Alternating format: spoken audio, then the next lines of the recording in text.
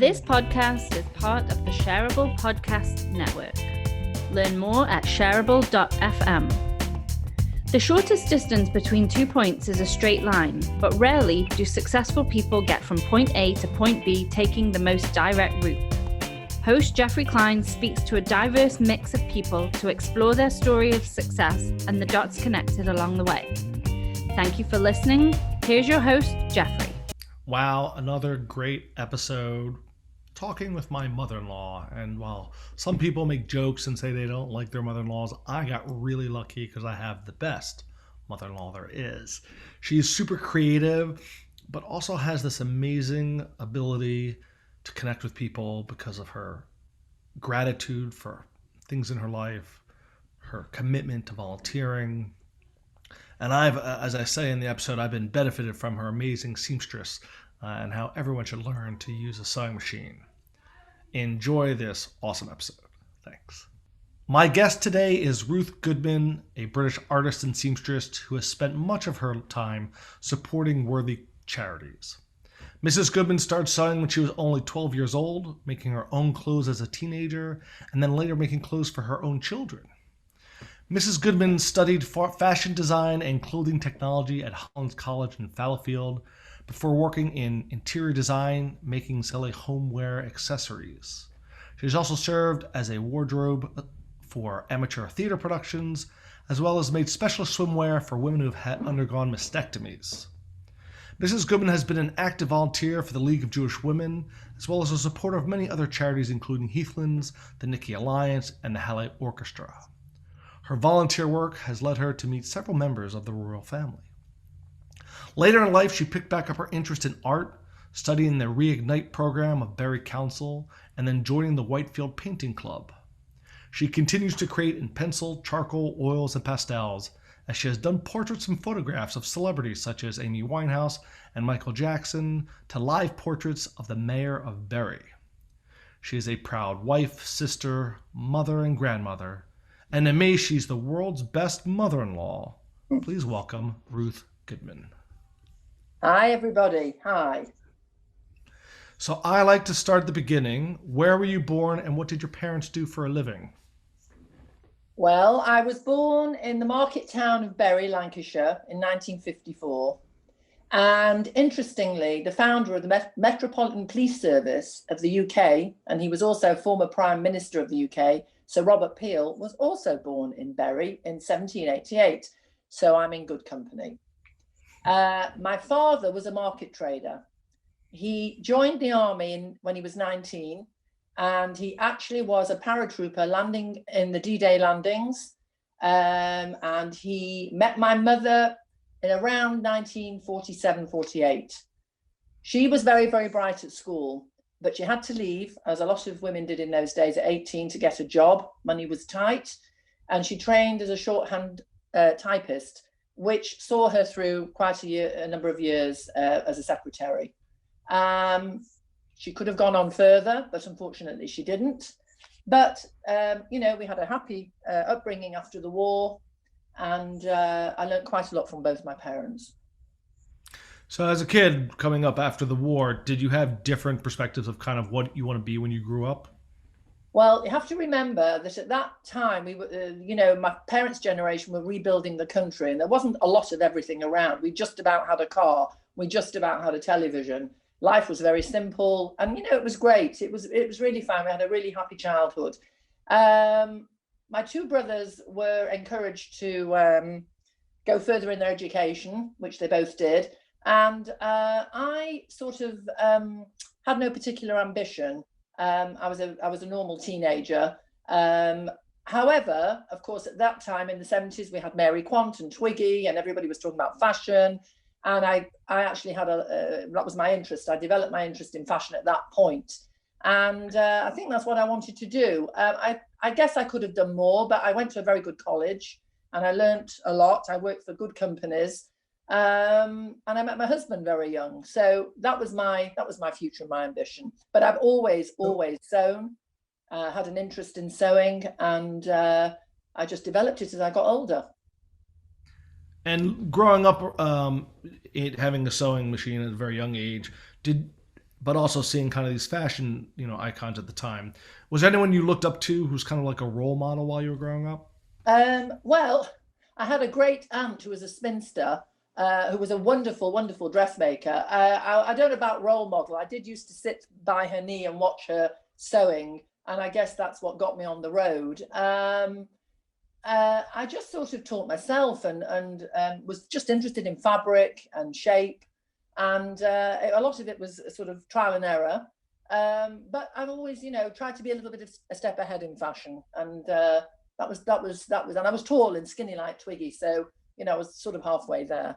But I used to chop things up, and I used to, like they do now, I used to redesign and use things that I had in store, and it was fun. It was good fun. It was a fun time. It was a fun time, the 60s and 70s. You're making your own clothes as a teenager. Did your friends say, "Oh my God"? Did they know that you had made your own clothes? Did any of them ask you to make their clothes? Sometimes I told them, and sometimes I didn't. It depended how things turned out. I did make a pair of, you know what corduroy is? It's like velvet. I made a pair of black corduroy trousers, but I had one leg going up, one leg going down. So if you know what that means, they didn't look the same. One was dark and one was light, and that was a bit of a faux pas. I didn't do that again. That was a mistake I did not do again. But yeah, sometimes, and I used to alter things for people, and shorten things, and everybody knew I had a sewing machine. So if anybody needed anything, they were at the door.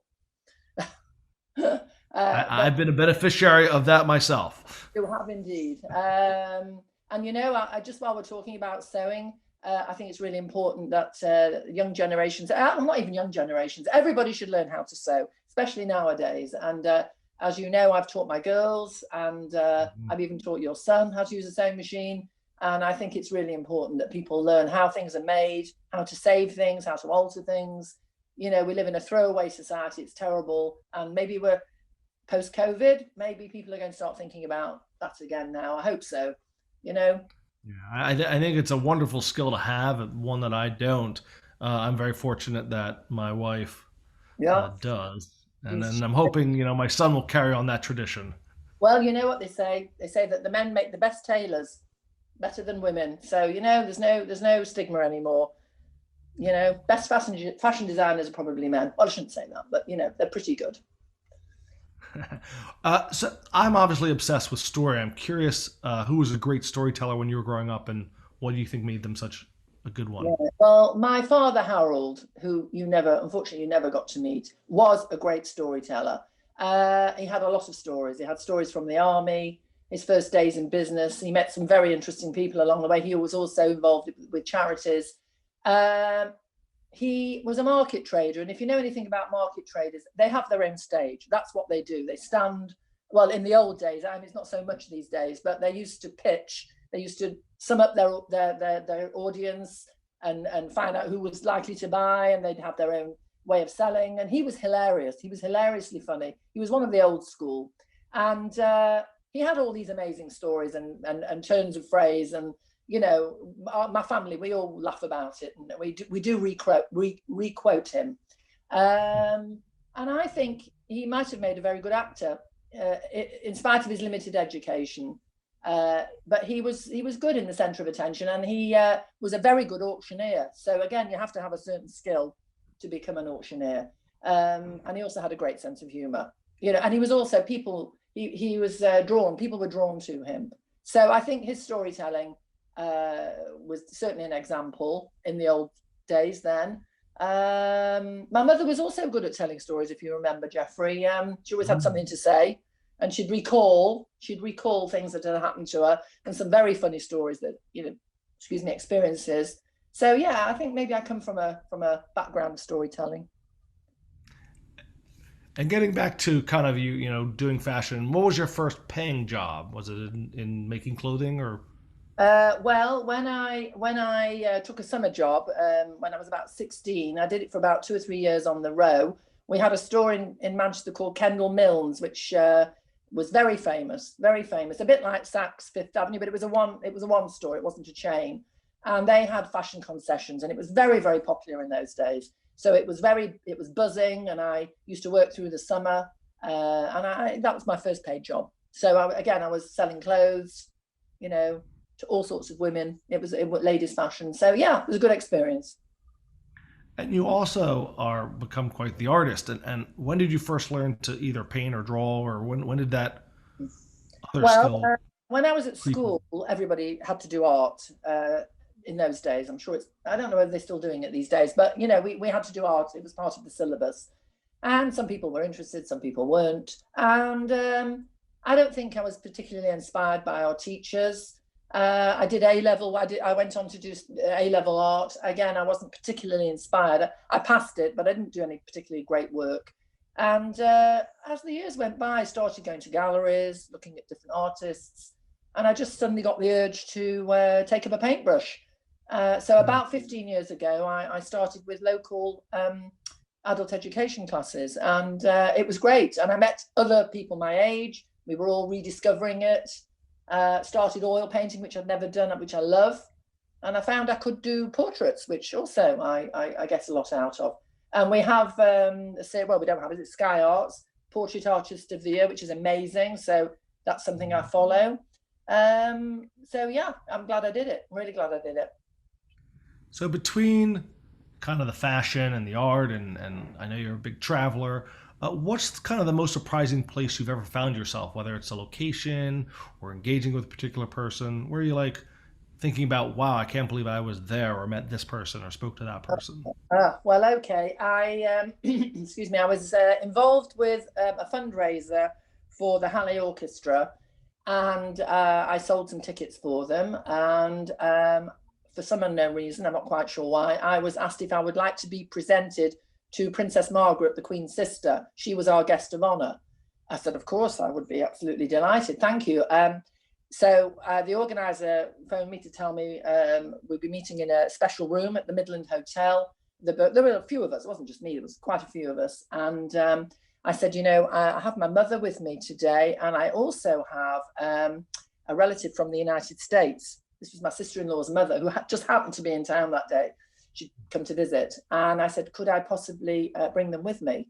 And this organizer said, well, I'm not sure. It's only really you. Anyway, he came back to me and he said, they've said, yes, it's okay. So they stood behind me, and I was presented to Princess Margaret, who was really quite small and quite tall. We had a little chat. And this was at the Midland Hotel, which is one of the first places I took you, if you remember correctly, where Mr. Knowles met Mr. Royce. And it was quite something. I think my mother and our relative were agog. It was really quite amazing, and it was a lovely surprise. It was quite an honor.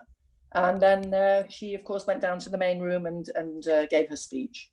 So that was something quite superb. We're going to get back to the royal family in a second, but before I do that, you spoke about your dad and your mom being really good storytellers. Do you think that being good at telling stories is something that you're just born with, or is it a skill that you can kind of develop over time?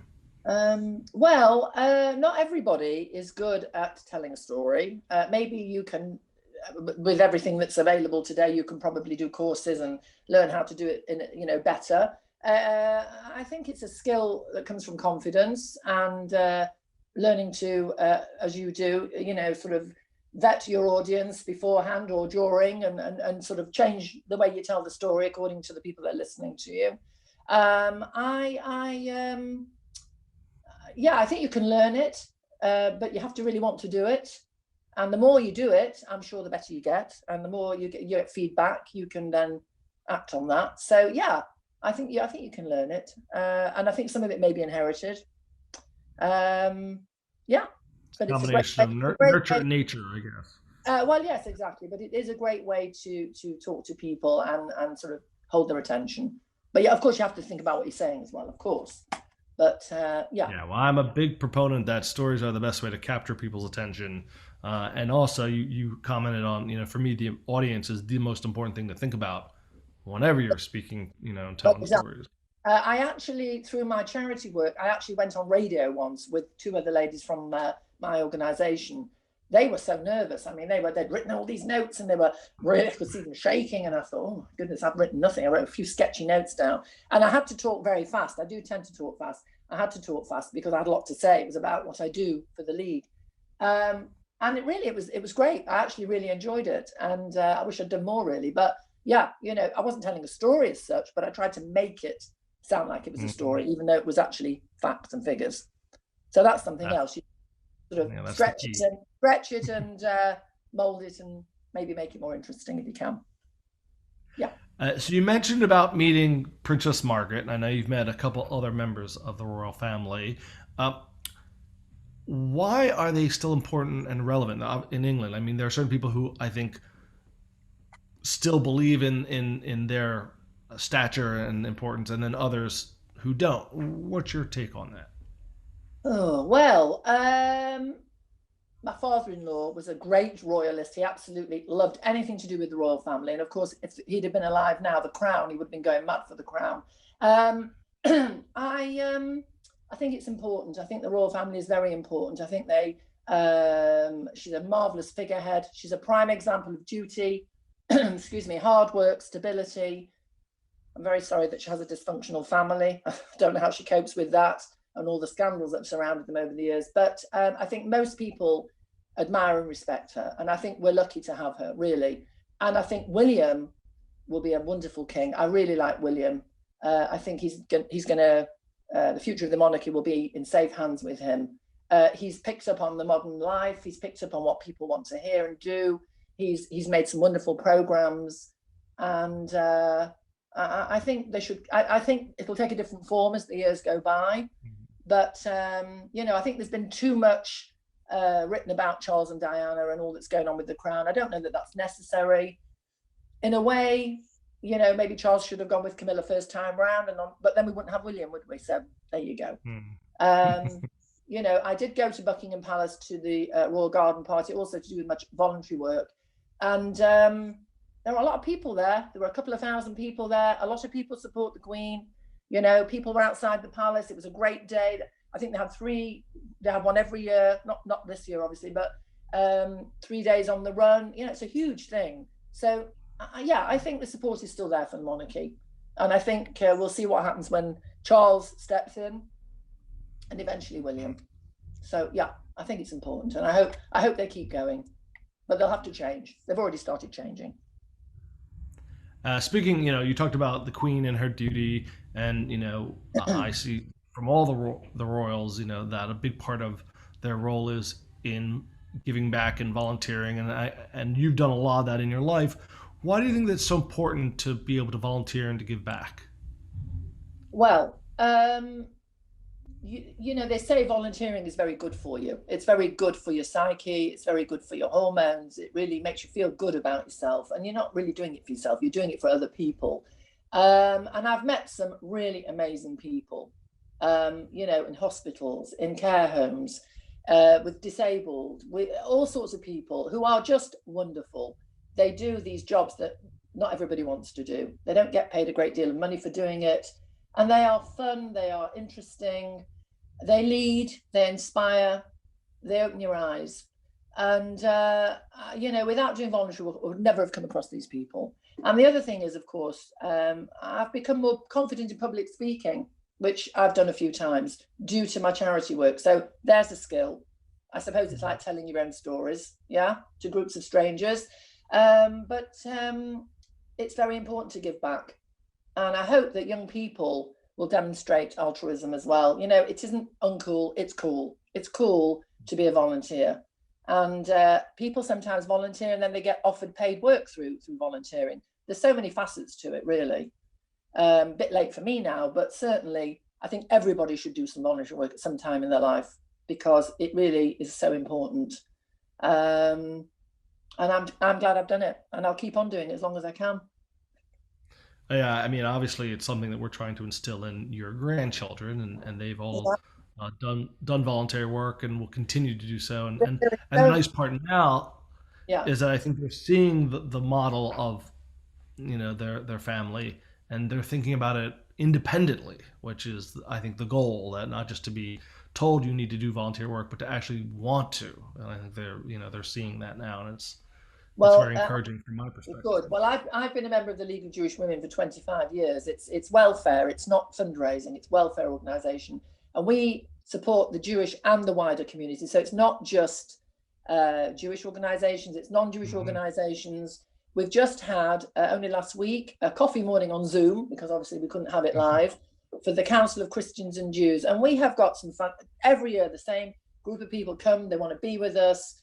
We have the mayors of all the different boroughs. We have priests. We have a sister from a Catholic group. We have just incredible. And we just love being together. And we only come together once a year, and it's so important. And this can only do society good. So there's so many different ways that volunteering can change things. And as long as we remember that and keep going, we have to keep going. Carry on and yeah. Oh yeah. I'm going to switch back to kind of painting and be a little less altruistic in my question. But if you could paint a live model, because I know you like painting people live, of any person, alive or deceased, who would you want to paint and why? Well, you know who Iris Apfel is, don't you? She's American, obviously. She is I think she's almost 100. She is amazing. She's my kind of woman. She started off as a textile designer. She traveled the world. She's become a world-renowned collector of fashion, clothing and jewelry, particularly vintage. And she's so colorful. Everything she wears is amazing in color and shape. She's got some vintage, she's got new, amazing, and very eccentric. And I think she would certainly be full of stories. So I would love to paint Iris Apfel. I don't think I'll ever get the chance, but I could do it from a photo, I guess. And I hope I look like her at 100. 100. But anyway, that's who I'd like to paint. I'd like to ask you a question that I think some people find difficult, but I think it's an important one to kind of, especially as you're speaking to younger people. How would you define success? Well, I think that success is having what you need to make you happy and healthy, and having a good name. I think a good name is really, really important. And that's the one thing you can leave behind, apart from your family. So you've got a good name. Well, success is having a good name, and also just what you need to make you happy and healthy. And, as you get older in life, there are different things that bring success, and you just have to remember to hone in on the things that, make you happy and healthy and bring you success all at the same time. Not always so easy, but that's the way I see it. And my late father once said, "It can be seen that I have passed this way." So I think that is success. Having a legacy. Yeah. And what inspires you? Okay. I think kindness. When people are kind to each other, and talented of any sort, be it sport, be it culture, whatever. I love visual beauty. I like color. I love color, and I love the natural world, and change for the better. Maybe that's too many. I'll share one of my guests, Ann Geddes, who's a photographer. It's interesting, something you said there reminded me that she made a comment that Mother Nature never gets the color wrong. No, it's true. It's true. No, but that's the sort of thing that would inspire me. Now, having done all the different experiences that you've had throughout your life, what one piece of advice would you give to your 21-year-old self? Oh, God. Well, at 21, I was already married. So I'm not going to say get married or don't get married, because my marriage has lasted 47 years. So, it's young to get married. But at 21, I wish I would have said to myself, you must go to university. You must. And I didn't. I did a lesser qualification and had the ability to go to university, but I didn't. So I went to the University of Life instead. I don't really have any regrets. The only thing was I made sure my daughters did. My daughters went to university. And I think I missed out on an experience of leaving home and doing that, because when I was studying, I was married most of those years. I got married after at the beginning of my second year of study. So, that's what I would have said. Leave home and go to university. But it didn't work out like that. But that's what I would have said to myself. So you've been someone who's embraced, in my opinion, technology, and you kind of keep your eye on what's going on, and You definitely in terms think? of the art scene. What do Yeah. you think is the next trend coming in the arts? Oh God. To be honest with you, I'm not sure. I'm not sure. I'm a traditionalist. I do love the great masters.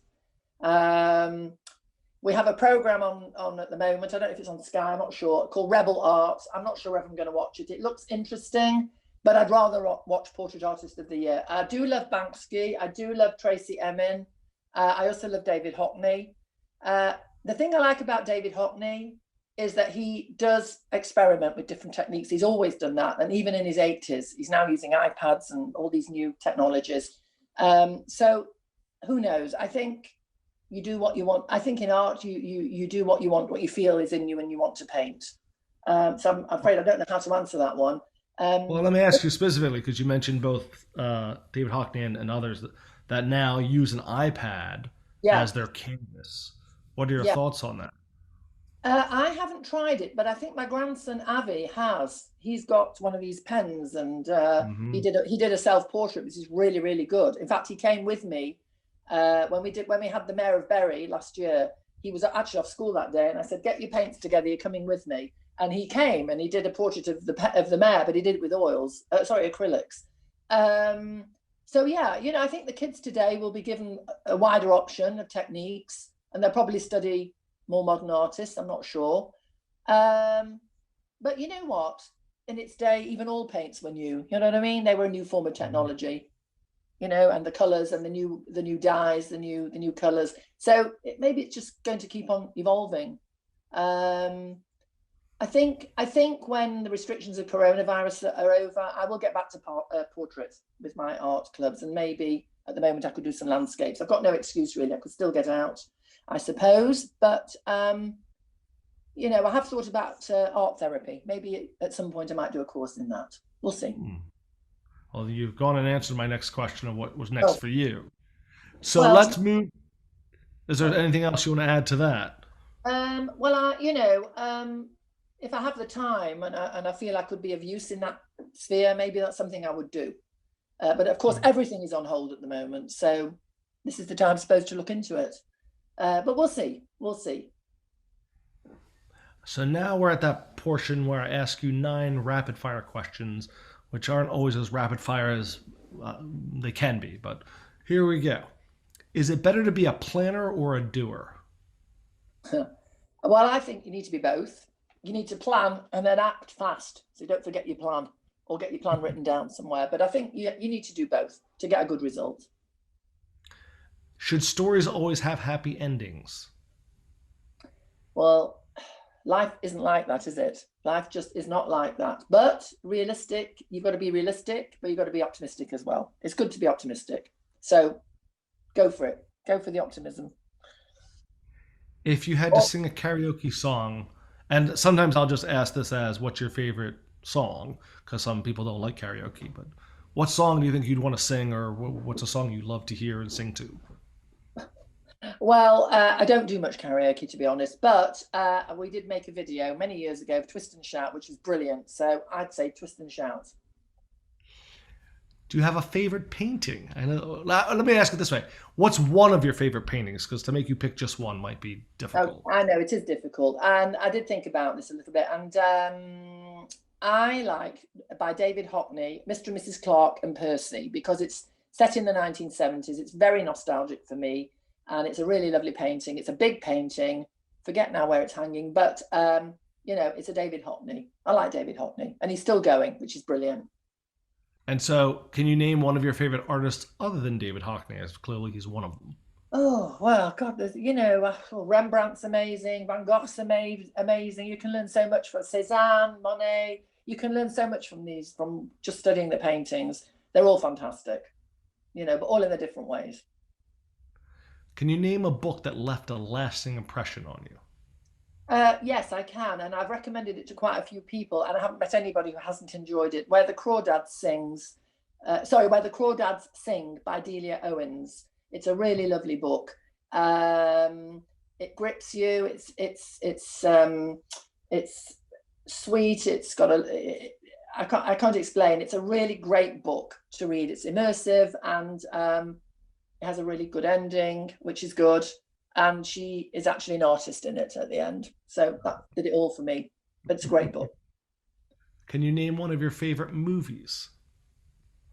Well, again, there's so many, but I have to sort of just on a nostalgic note, the original Mary Poppins, my great aunt took me to see when I was 12. And I thought it was absolutely unbelievable. And of course, it was one of the first films that had any cartoon in it, mixed with reality. It was really very technical in its day. So, well, interestingly, we just watched Jingle Jangle, which was produced by my other guest, Mike Jackson. And it has elements, I think, in the same way. It reminds me of a couple to Chitty Chitty Bang Bang and Mary Poppins, and it really has that whimsy of the fantastical in a wonderful celebratory way. Well, but they did a really good job with Mary Poppins. I don't think people realize how clever it was in its day. It might be, by today's standards, it's really probably very tame, but it was in its day. So it still holds up. The story still holds up, in my opinion. Yeah. And I've seen it visually as well, and the music, of course. Yeah. What's the one thing you can't live without? Well, you should know that. What can I not live without? Well, are we talking about the bottom of the glass, or are we talking I let you define that however you want. No, I definitely couldn't live without my sewing machine, and I think everybody should have a sewing machine. No, I couldn't live without my sewing machine. I like a nice vodka, and obviously I couldn't live without my husband and my family. That goes without saying. If you could be credited with inventing something, what would it be and why? Oh God, I say it every time I see Velcro, I said, I wish I'd invented this Velcro. It's incredible stuff. It's very clever. It's hooks and eyes. That's all it is. And it's used in myriad uses in clothing and industry. Everywhere you go is Velcro. Amazing thing. So I remember when I was younger and I first had Velcro shoes instead of shoelaces. And I thought it was fantastic. But I mean, everywhere everywhere you look, airplanes, anywhere, Velcro is everywhere. But it's really, really clever. It's a clever invention. Ruth, I always enjoy speaking with you. This was particularly special for me. Is there anything else you want to kind of share? Well, just to go back to the voluntary thing, I just think it's better to give than to receive. And I think if COVID has taught us anything, it's to think about and help others less fortunate through no fault of their own. And answer a cry for help when you hear it. And be grateful for what you've got. And I just want to give you another quote from my father. He said, if we all put our problems on the table, you'd soon take your own back quick, which is very true. You would. Mm-hmm. And pass your values down through your family. That's one thing you can leave behind you. Make society a better place for everybody. It doesn't sound, it's not an easy task, but that's what we can do. And definitely learn to use the sewing machine. Well, I am grateful for having you as my mother-in-law, as well as the grandmother to my children, and for being a wonderful guest and helping us connect the dots. Thank you for taking your time to listen to this podcast. Please subscribe on your preferred podcast platform so you don't miss any future episodes. If you could also do me a favor and please leave a review on iTunes, I would really appreciate that. Remember, story matters and is the best way to connect the dots.